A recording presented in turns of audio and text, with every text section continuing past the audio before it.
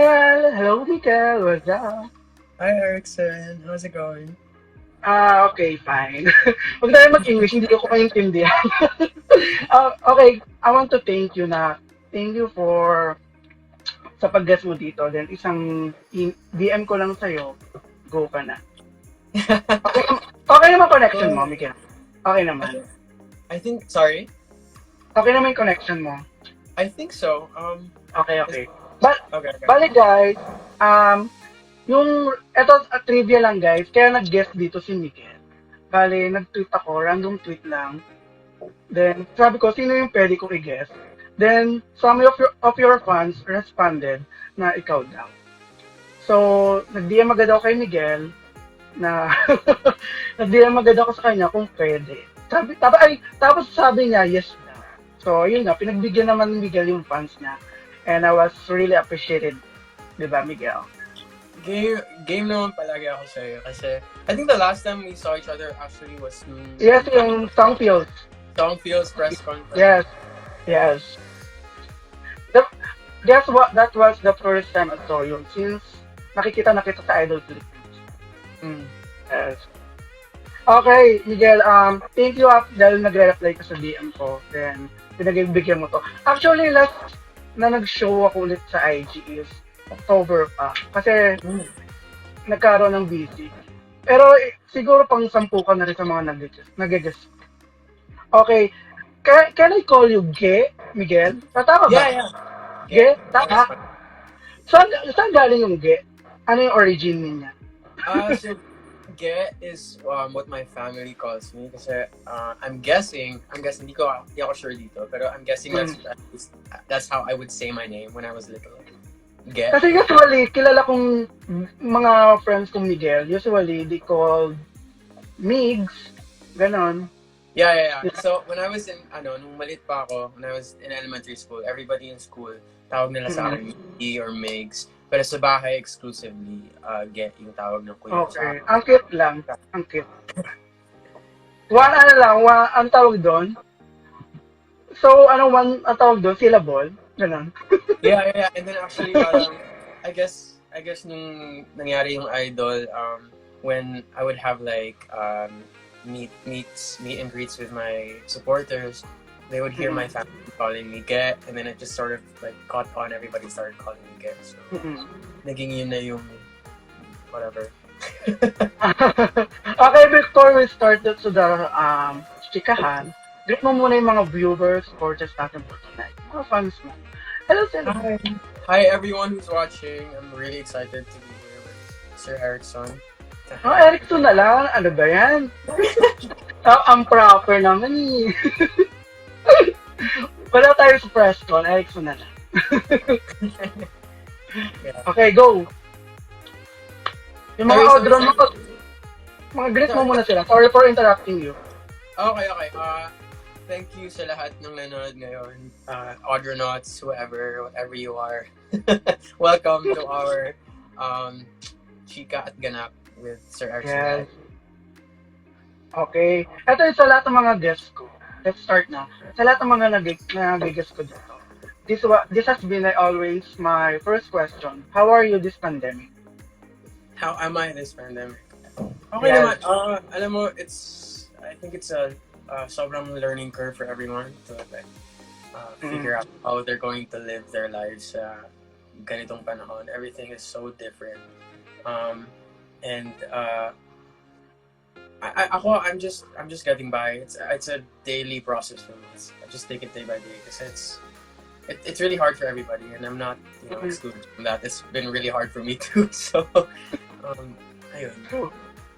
I'm okay. So, what was your best and worst realization this pandemic? Best and worst. Best Do you have and worst realization this pandemic. That's a really hard question. Sorry, Best realization for me was how much free time I was going to have to be creative and to like gawin yung lahat ng gusto kong gawin, like as far as music or like anything that's recreational. I have lots of time to do that. The worst realization is how hard it is to actually do that. You know, True. yeah, when True. you don't, kung ganito yung parang environment, you know what I mean? Mm. Yeah. Tsaka ang hirap, di ba? We're talking virtually instead na actual, di ba? Mhm. Like before lockdown once was implemented.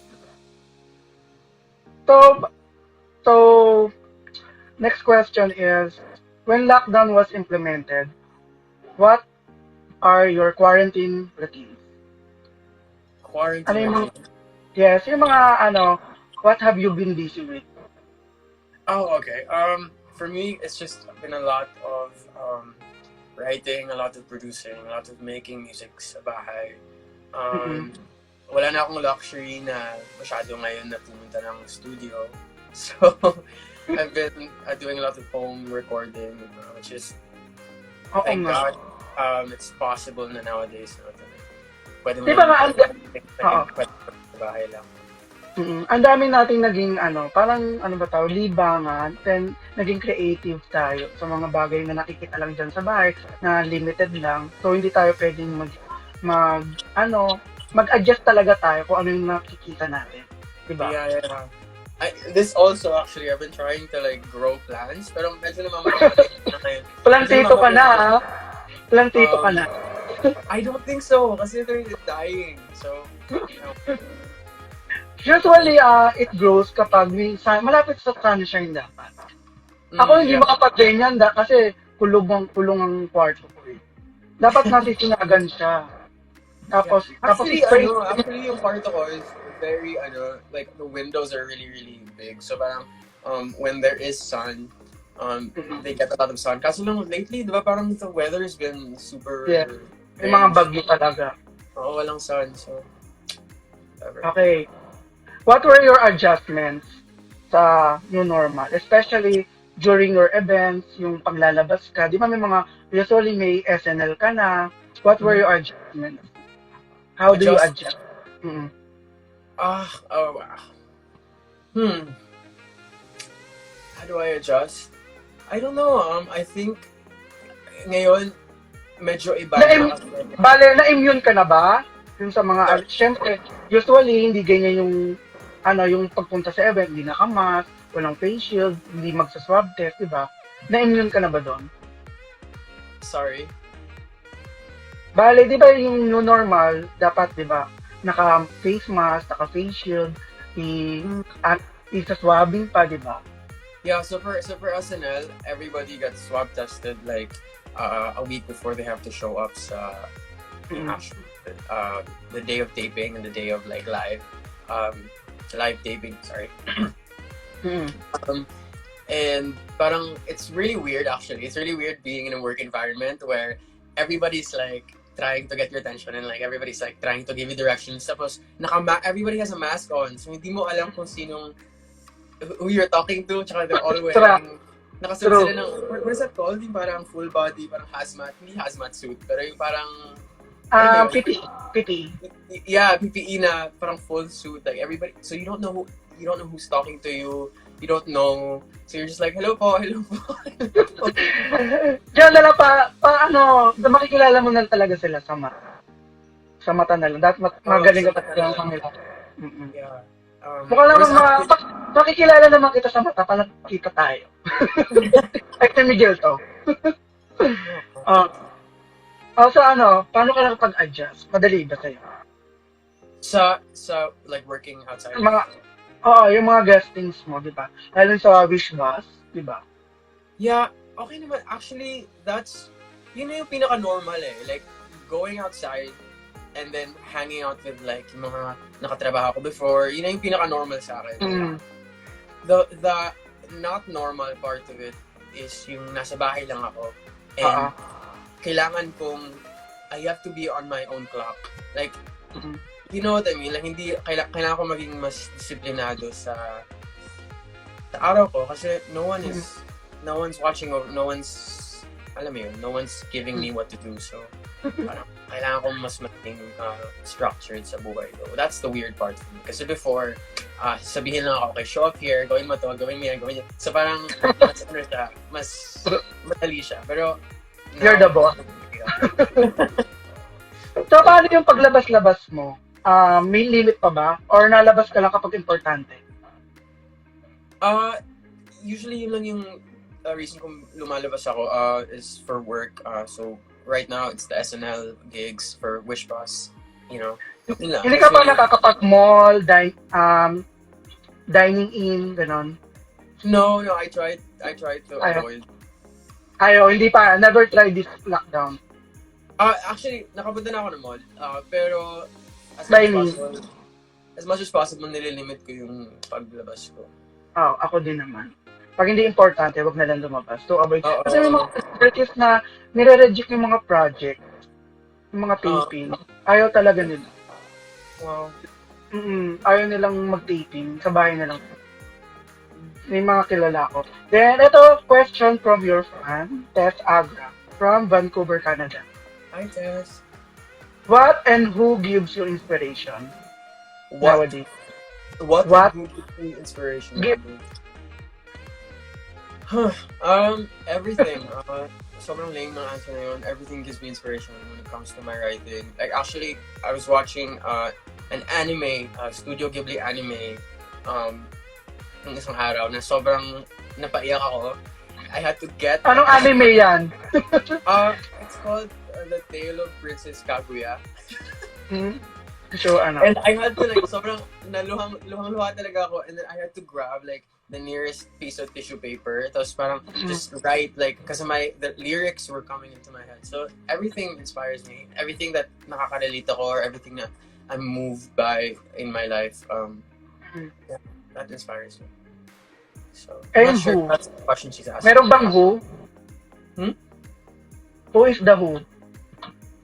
Sorry? Who is the who gives you inspiration? Who? Like a specific person? Meron ba? Kung meron naman. Kahit hindi. Kahit no names. Ganun. Meron ba? Meron. But it's okay. Yeah. It's not that deep. Okay, I understand. Okay. Ito, paano magmahal si Miguel? Oh God. Meron na ba? Diyan ako hindi magaling eh. Pareho tayo. Hindi naman. Sobrang galing ako mag-date. Pero hindi ako magaling magmahal. So, I'm still learning. Sobrang learning process pa yan sa akin. Yeah. Okay. So, bali, naiba man tayo. What is your favorite childhood memory? Meron ba? Favorite childhood memory? Ito yung kabataan mo. Oh my gosh. Have you enjoyed ba? Did I enjoy my childhood? Oo. To the fullest? Sa Amerika? No. Sa Amerika ka ba? Sa Amerika ba? Saan ka ba lumaki? Ano eh, iba-iba, like, sa... Taray, NPA? No permanent address? At one point, sa Magallanes, Kamadbaran, Butuan, Quezon okay, City, ang dami.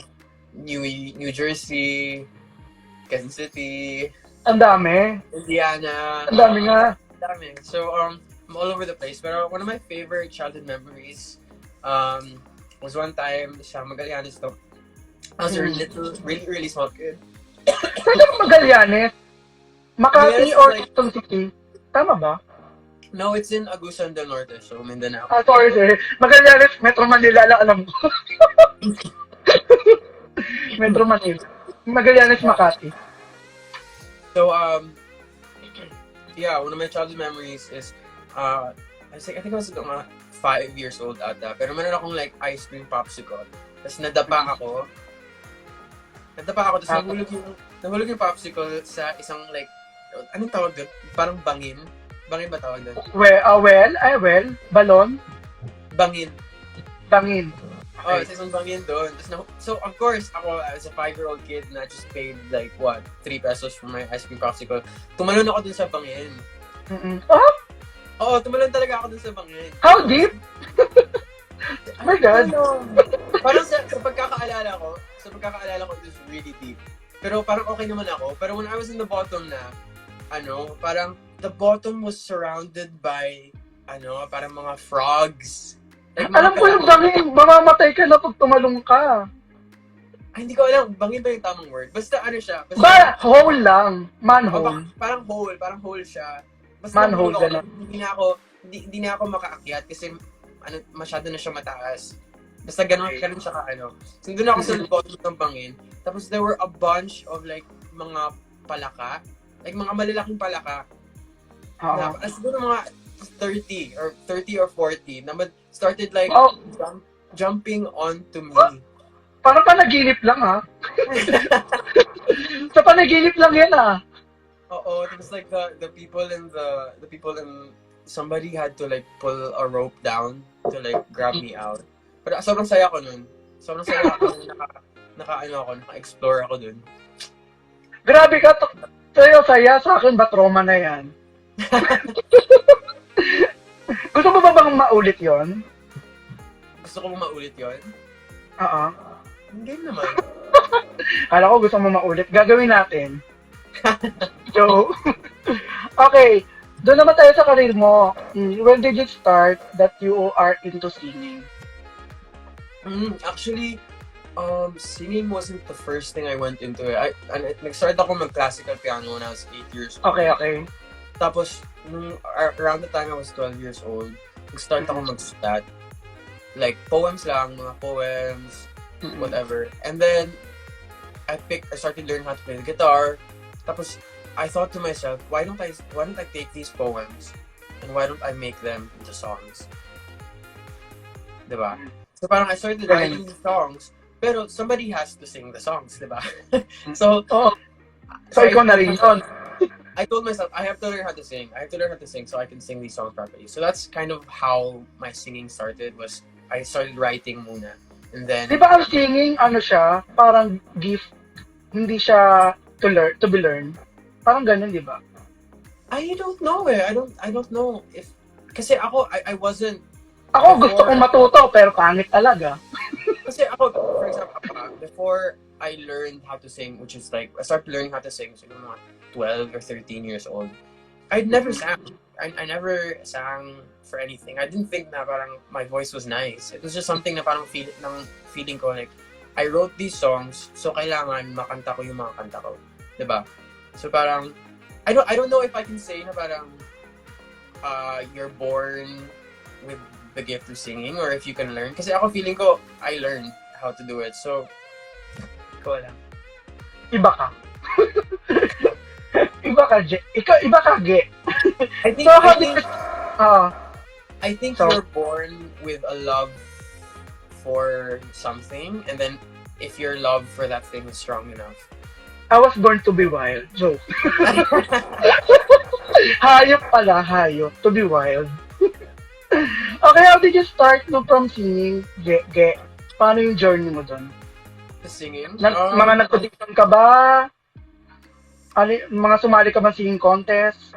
Hindi naman. Di ba ganun? There was one time, nung mga 16 or 17, na nag-audition ako sa The Voice sa States. Anong yun? Anong season yun? Hindi ko na maalala eh. Basta ako, 16 or 17 ako nun. Tapos parang, grabe yung pila, like, we were in line for siguro mga 8 hours. Sobrang daming tao talaga. Tapos, mga na ako naka-audition, mga 1 a.m. na ako naka-audition. And then, like, hindi ako nakapasok eh. So for me, parang, baka sarado kasi ang pinto. Baka sarado pinto. Kaya hindi ka nakapasok. Ayun, so, okay lang, at least di ba sa Idol Philippines, sa pagbuksan ka. Yeah. Kaya hindi ka nakapasok dyan, kasi sa Idol Philippines ka. So every step of the way sa show, parang hindi ako makapaniwala na mabot ako nandito. I felt like any second sa Idol when I was joined Idol Philippines, na pwede lang ako matanggal, na gano'n. Laging talaga yung feeling ko na parang I could be removed anytime. Kasi even sa audition, parang feeling ko I didn't belong there. Kasi in my head, parang yung naging benchmark ko na for myself is songwriting talaga. You know, I never came here to be like this, you know, like performer, you know, like ganyan. So those are things na parang I had to learn as I was going. Like, O, diba? Nasa ka na ngayon, kausap na kita, o diba? Maharap ka na sa mga press, wish bash, nasa SNL, diba? Yung mga ifs and buts mo, diba? Comes into reality, diba? Yeah. Yung mga hindi na-expect. So, who is your international and local singer you admire and idolize most? I'm sorry? Who is your local and international singer you idolize? Oh, local and international. It's hard. Lots of people. Kahit ano, magbigay ka ng mga best mo. Yung mga best, gano'n. Okay, Meron ba? it's international, some of the people that I look up to. Hirap na tanong, oh my gosh. Teka. Aretha Franklin, Donny Hathaway, Prince, a lot of like soul music artists. That's what I idolize. Pero in terms of career, okay, hindi ko alam. So, local. Sa local, madami rin si Regine Velasquez, Kuya Jason D, Inigo. Halaga, inigo din. Yeah, Inigo is so good. Like, sobrang nagagaling. Kaya nga. And, Hindi, syempre, parang ka-age mo, di ba? Tapos, idol mo, di ba? Usually, yung nga nilulook up, di ba talaga yung mga veteran? Di ba? Yung mga matatagal na sa showbiz, di ba? yeah. Kaya nagulat lang ako sa Inigo. Yeah, well, si Inigo kasi is just really, parang he's a very hardworking guy and I really like him. Yes. Lalo yung song talent niya. tumatak sa akin yung Dahil Sa'yo. Ganda no? Have you heard naman? Na ba yun? Wala ka pa yata. Yung Dahil Sa'yo, di ba ang ganda? Dahil sa'yo? Oo, yung kay Inigo. Tama ba? Oh, yeah. Nakaka-LSS yun. Tapos, di ba? Sino pa? Si Regine, okay na? Ano ba yung genre mo? Marami ka bang genre into music? Genre? Hindi ko alam eh kasi I listen to a lot of like contemporary R&B, soul music from like the 60s, disco, 70s, 90s, hip hop. So, pero when it comes to my music, people say, like other people will tell me, parang, oh, this is synth pop, or this is this pop, or indie, or whatever. Like, and sa ulo ko parang, I don't really think about genre when I'm making music. I just make it. So whatever people want the music to be, that's, hindi ko na problema yun. Parang spontaneous yung genre mo. Ganun na lang. Kung ano na lang maisip mo kanta. Ganun ba? Tama ba? Yeah. Parang bagay naman lahat yata sa'yo eh. Aww. Di ba? Ay, hindi magaling ka naman talaga eh. Pinapakinggan ko yung lalo yung song Feels Press ko. Grabe. Tumaas balibo ko nga nun. Halos lahat naman kayo magaling dun. Diba? So, follow-up question lang. How was your journey nung sa Idol Philippines ka? How was it? Which part of it? Kasi ang daming nangyari sa Everything. Yung unforgettable mo. Ganun. Memories in Idol Philippines. Unforgettable memories. Experience. Unforgettable memories. For me, one of the most unforgettable is, I think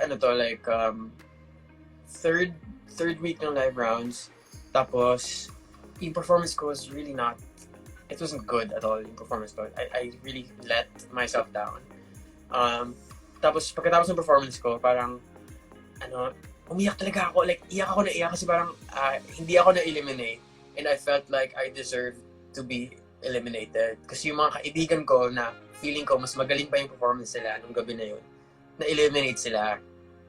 So parang yung ang bigat ng loob ko kasi these are my friends diba? Tapos I felt like I didn't do a good job.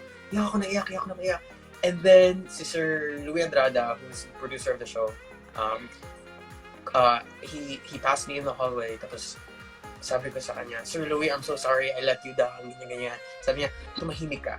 Pumasok ka dito sa kwartong to. May gustong kumausap sa'yo.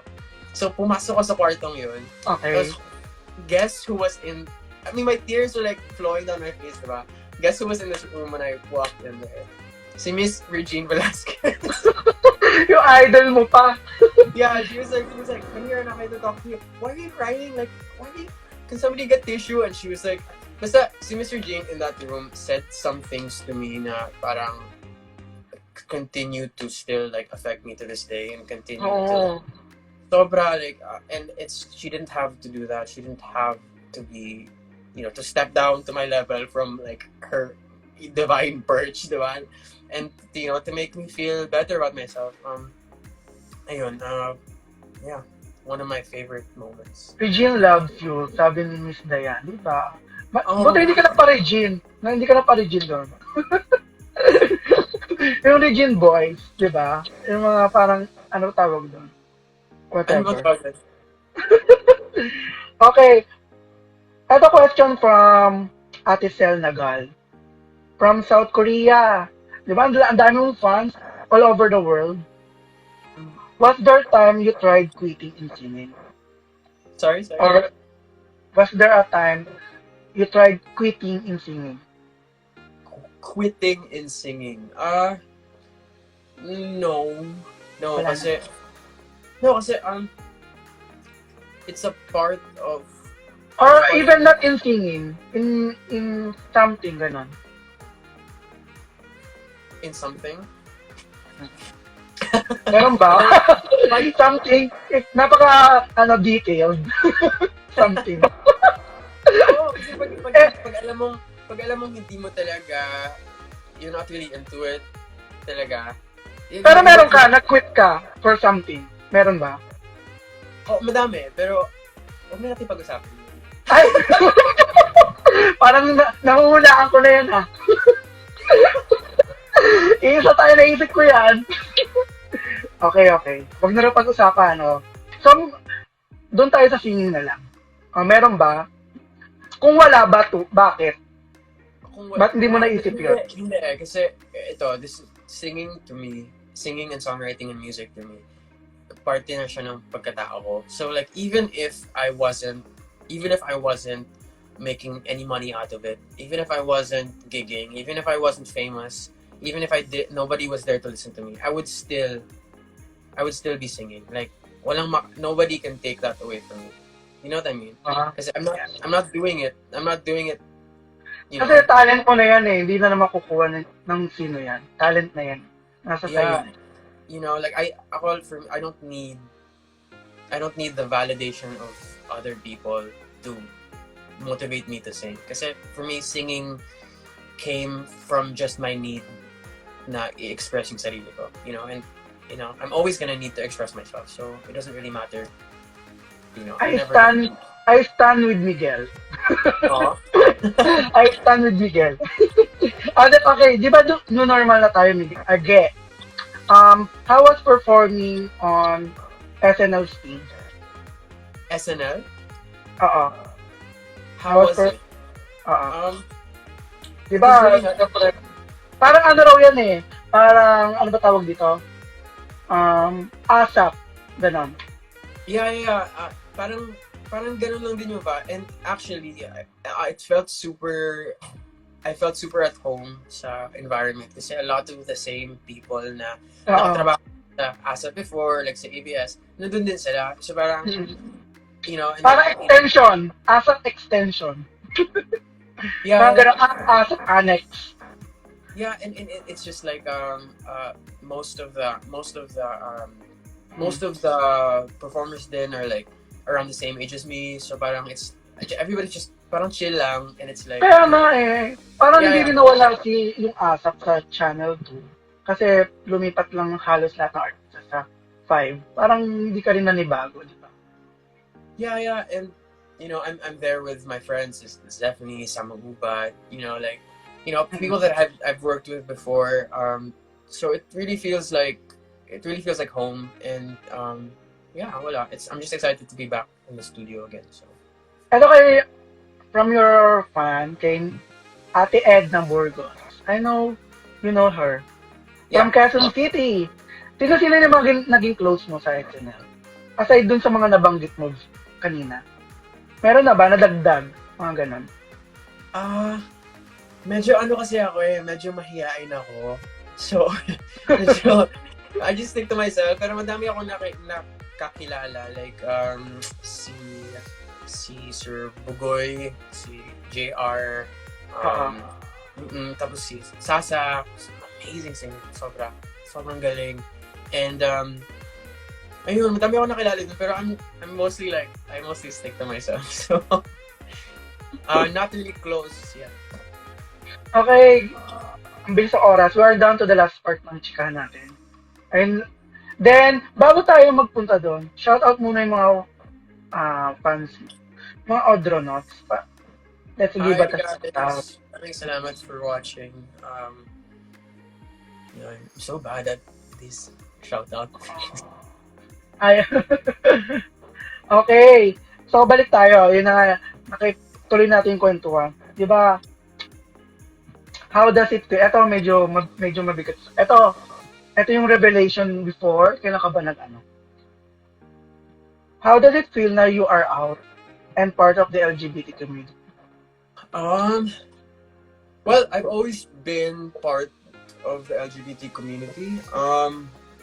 So, I mean, ito, sige. Let me think about it, Okay, go. Take your time. Hindi ko naman, you can keep it or not. Ganun. Before ako nag-out sa buong whatever, sa lahat ng tao, out na ako sa lahat ng crew ng Idol, lahat ng contestants ng Idol from yung from the group rounds hanggang top 12, lahat sila alam nila kasi hindi ko talaga tinago sa kahit kanino na this is who I am. So parang for me, sa personal life ko, sa interpersonal life ko, walang masyadong nagbago. Kasi everybody, tanggap na nila ako for who I am. Yes. But yung nagbago is now, parang I'm able to interact with people na online in a different way, like as I am. Do you know what I mean? Like, and I think it's definitely a huge weight off the shoulders. Kasi parang there was a period of time after Idol na parang for a while, I felt like nagsisinungaling. Even though I wasn't lying to anybody, I felt like nagsisinungaling ako just because I wasn't showing all of who I was. You know what I mean? Mm-hmm. Yeah. So Such a brave act. Diba? I'm proud of you, Miguel. Thank you. Wala nagbago. Mahal pa rin namin ikaw. Thank you. Kaya nag-DM agad ako sa'yo. Diba? Nung nag-post ka, tama ba? Post yun, diba? Tapos ang daming nag-media nag-repost noon. So, kaya nag-DM agad ako. Oo, may mga media akong friends na nag-post noon. Yung naka-quote yung post. Yeah. Kasi, how's the process for coming out? May ano yung process mo? Di ba ang hirap, parang nahihirapan ka? Hindi naman. Hindi, actually, sobrang, it was a moment na, for me na I never thought na nung araw na yon I would ever come out. Like, it was the last day of Pride Month, di ba? Last day of Pride Month, hindi ako nagpaalam sa management ko. Wala akong sinabihan. So, I could have really gotten in a huge mess, diba? If things had gone wrong or whatever. Hindi talaga ako nagpaalam kahit kanino. I just really felt that last day of Pride Month, na parang, shoot, I'm sick of feeling like I'm lying to people, and so ayun, parang I made this cute little video with the emojis. Tapos I spent 30 minutes typing out what I was gonna say. Hindi na ako masyado nag-edit dun sa tinype. As in, tinype ko lang talaga siya from top to bottom. Tapos I just clicked send. Tapos yun lang, that's that's what happened. Ang galing. So the process was Nakakatuwa. it Diba? wasn't really a process. Parang I just had Kasi the gut. sa world natin, sa Pilipinas, especially in the Philippines, di ba, marami conservative, ang dami i-judge. Yeah. Lalo yung ibang ayaw mag-out talaga. Kinikin talaga nila. So, I mean, nakaka-proud yung mga taong nag-out talaga. Kahit mawalan sila ng career. So, ikaw ba, dumating na sa point na yung ganun, ay ayoko mag-out, ba mawala yung career ko, or ba hindi ako tanggapin ng tao? Naisip mo ba yun? Hindi masyado. Hindi ko siya masyadong inisip kasi for me, parang okay, if it affects my career, okay, that's fine, whatever. Like, I mean, it's not fine, obviously. Like, that sucks, diba? That it affects my career. Pero for me, yung effect niya sa mental health ko was to not be fully myself was so much more damaging to me than whatever fears I had tungkol sa career ko, like, that it would have. And actually, as a matter of fact, I feel like coming out has opened the doors for me, like, in a lot of ways. Like, I'm collaborating now. Like, there's a lot that hindi ko pa na-explain. Pero I have a lot of collaborations with other Diba? with other creatives within the LGBT community. So parang for me, it's opened the doors for me in a lot of ways, which I didn't expect. But I wasn't concerned about that kasi for me, what mattered to me the most was that parang I can just be myself. And actually, yung isa sa most positive na naging I guess consequence ng pag-out ko is now I'm getting these messages. Like right after I came out, I got so many messages from people who were in the closet and who didn't feel safe to come out and thanking me for validating. Alam mo yun, parang validating to them na parang, okay, look, it's this whatever Miguel Odron, idol finalist, ganyan. He comes out and people shower him with all this love, diba? For coming out. Parang it's not something that you deserve to get judged for or stoned for. Like, like if these people that are messaging me saying na parang thank you for helping me, thank you for validating my existence, ganyan. They deserve that kind of praise as much as I did, diba? Parang there's nothing different between me or them. So parang naging, that was one of the positive consequences then of coming out, was that I was able to show people na parang, it's okay, like, it's not a big deal, like, and as a matter of, yeah.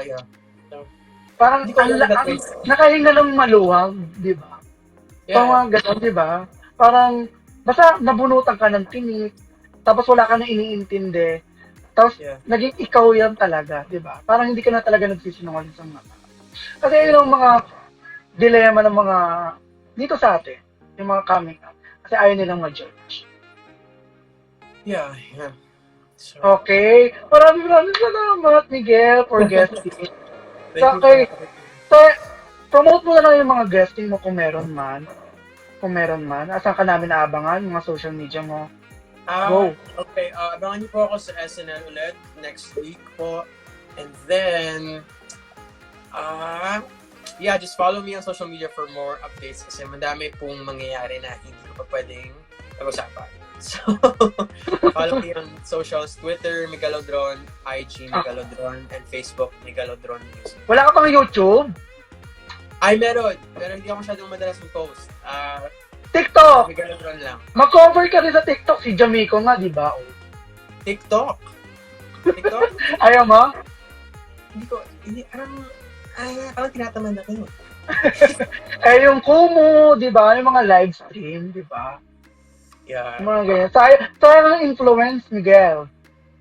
Sayang. Ang active mo, ang taas, feeling ko ang taas ng engagement mo. Sayang. I-push natin yan. Samantalahin yan. Okay, guys, thank you for watching. Promote ko lang yung mga social media ko. Follow me on Instagram, Chikaatganap, Erickson Layos. YouTube, Instagram, Twitter, Facebook, and whatsoever. And Laika, ganun. Sa Laika din, in-invade ng Laika kasi, di ba, nagiging gems siya into pesos. Mm-hmm. Ayun, maraming ganap sa Ito, last question na lang, Miguel. Di ba, doon sa coming out, na-experience mo ba yung depression? Na-experience ko na ba yung depression? Oo. Na dumaan ka na ba doon? And how did you cope it? Paano mo na That's actually it's sobrang that's funny that you asked that kasi I've never really talked about that, but it's Okay. sobrang close siya sa heart ko kasi I went through a period of depression that was really bad, like for like 2 years of my life na I felt like there was no point in being alive. And for me, I guess I want to say to people na parang are going through the same thing, that there is help out there, and and if you're going through it, you definitely should do everything you can to seek out yung help na yun. And also, I guess to I don't know, like Okay, sige, wag mo na anuhin. Ayoko mahirapan si Miguel. Okay, isang request song na lang. Request song. Dali na. so Kahit ano. Yung pampa-good vibe. Dali na. Mga 2 lines. okay. For the fans. Sila, gusto ko ulit marinig boses mo. Remember me, though we have to say goodbye. Remember me, don't let it make you cry. For even if I'm far away, I'll hold you in my heart. I sing a secret song for you each time we are apart. Ang ganda, from Coco. Di ba? Ay, pinanood ko yung Coco yan. Sa Coco yan. Kala mo si Miguel. Miguel ang pangalan ng bida doon. Di ba? Yep. Di ba? Thank you, Miguel, for having on my IG Live. Maraming salamat sa mga viewers and supporters mo. Nandito pa rin kayo. Keep chatting and contacting ka na. Keep safe and healthy, Miguel. See you soon outside world. Good night, guys. Have a great night. Bye.